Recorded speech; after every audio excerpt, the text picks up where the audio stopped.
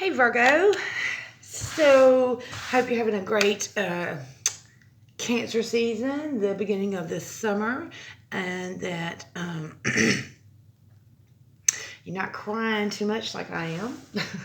Anyway, so if you remember, your underlying energy and the spirit animal that you had for the year that was supporting you was the tarantula and the Six of Cups. And I've had a lot of time to reflect. The tarantula it's one of the few spiders that does not build a web. They have burrows, right? And those burrows send out vibrations to everyone that comes into contact with them, or everything, whatever, that comes into contact with them. The Six of Cups is kind of like that too, to a certain extent, that everything from your past reverberates into your future, right? Your past creates your future. This is nostalgia. This is... can be one of two things, or both, actually. You can be looking back and using it as an impetus to not do the same thing if you didn't like what your results were in the past, or your successes to push you forward, to say, you know what, I've done this before. I've maybe not known exactly what I needed to do, but I trusted myself and I moved forward anyway, and I was a success at it. So these are your successes and your, I just say failures because that's not the case either, but maybe some regret or whatever. But it's just nostalgia. This is a place that you visit. It's not a place that you land and stay, right? So that's your underlying energy for the year. So missed May and June with y'all. In May, you had the King of Swords in reverse, and the King of Swords is big logic, just your mental body. He's in control of the entire sword suit. In reverse, this energy is, I would normally say, blocked, because you still have that energy. It's still there. It's still available. You're just not accessing it. But right now, I kind of feel like this is, and let me tell you something, the Virgos are very logical. They're Mercury ruled. Yes, they're all in their head. Where Geminis are talking it out, talk. Mercury's all in their head with it. Very detail oriented. But this, to me, feels more like... it's illogical. It's not that it's just being blocked. It's just illogical behavior. Which brings us into, that was May. This is June. I'm sorry, I may have said that was June. That was May. This is June. So, illogically looking at,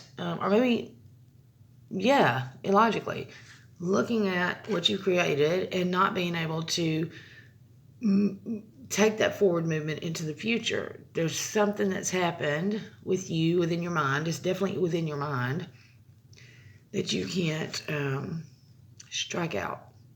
Because this is, aces are not even ones. I mean, they are, but it's ace, page, 2. You don't have a 1. So this is the first card in the deck, first card in the suit. So there's something about being logical or being too much in your mind, and illogically... The conclusion is illogical, the direction is illogical, whatever. Into July. And this would be apathy. You had that 3 of Cups, which is, enjoying life and celebration and all that good stuff, till something comes along and offers you something else, and you're just you are bored, but it's in reverse. And normally I would say, so this whole reading is kind of illogical, but normally I would say that, and even over here, if you look, so you have the 4 of Cups down here on the bottom, right? And they're upright. These are 4 of Cups. 4 of Cups. And you're bored with whatever this is. There's an offer of something from your past, or you're looking at something from your past. But if you look too, over his shoulder is the bigger Ace of Cups. I don't know, there's something about your past. Either you need to get out of it, you need to revisit it and learn from it. There's something about that. They're because this is... lost, it's never lost. This is your cups being overturned. Cups are emotions, your intuition being drained out, right? Go upside down. You can't hold anything like that. Which, if you look at it, now to think about it, the cup symbol is pretty much the same either way. So take that how you will. It really doesn't matter if we turn it upside down or not, right? I don't know. There's something there. So, anyway, let's see. What are my fellow Mercury people dealing with in the month of July 2021 with this 4 of Cups in reverse? Thank you so much, Holy Spirit. Thank you, honey. Thank you. All right, we got the, change and transformation. That is hard. I'll be the first one to say that. That's leaving something behind. You even got four little babies headed out. So four. Headed out. Transformation. That's your focus card. Birthing something. Movement. All right, Virgo, July 2021. Thank you so much, Holy Spirit. What is going on with my perfectionist that we need so much?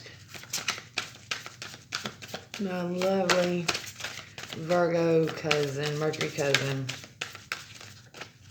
around this change and transformation that the stork is bringing. Okay, so I'm going to leave these together. Something about transformation around a relationship. Trying to transform a relationship. You're very bored with whatever you... yeah, listen. So,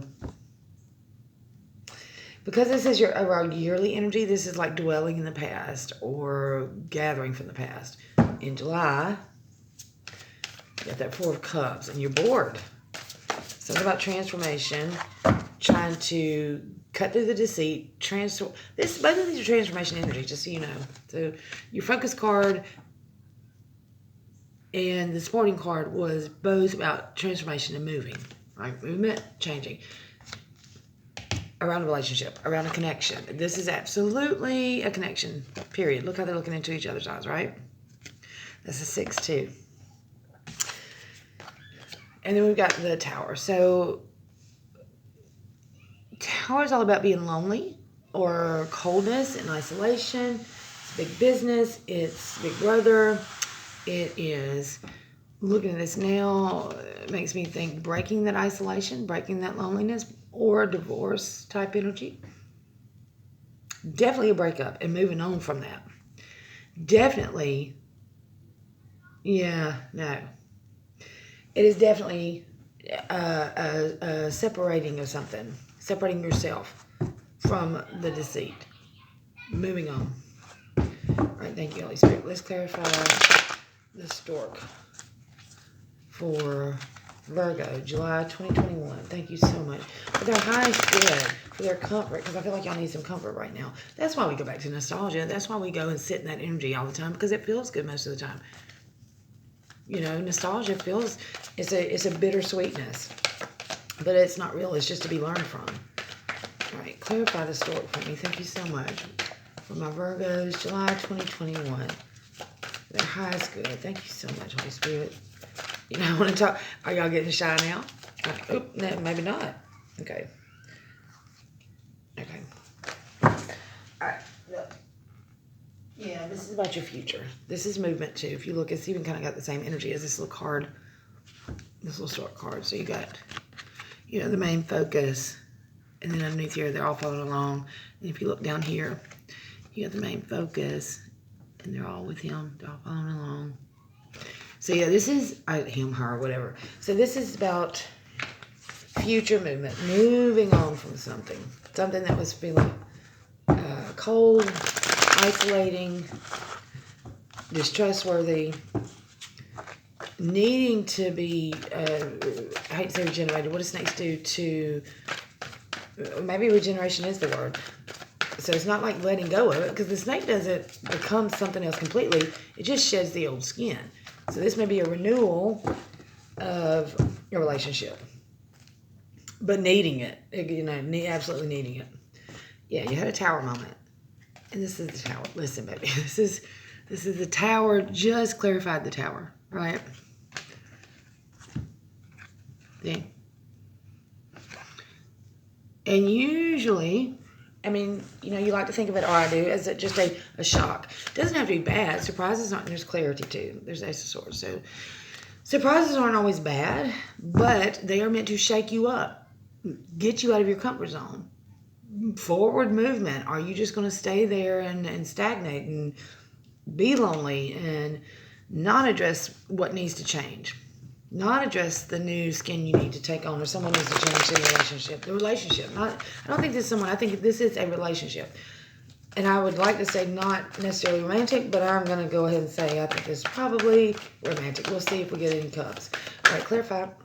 Well, there we go. The Page of Cups. So, yeah. It's a new start. You need a new start in whatever this is with your relationship. It needs to be new. You need some newness. We're going to get one more. Thank you so much, Holy Spirit. If you're going to move forward, it's the Seven of Swords and the Five of Cups. Listen. So you're very defensive.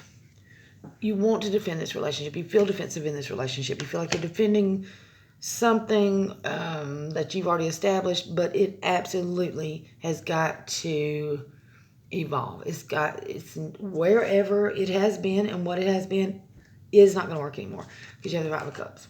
And the Five of Cups has been in that fishbowl, looking at your life from just that perspective, not being able to stand outside of it and recognize what's not working anymore. It's not letting the relationship go at all. It's really not.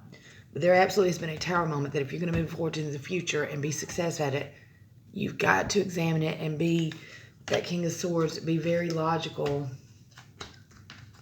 about where it's going instead of being in your emotions. You got to be black and white, no gray. And I want to just show you, so the Two of Wands, that was your June energy, and you got the Two of Wands again. All right? So,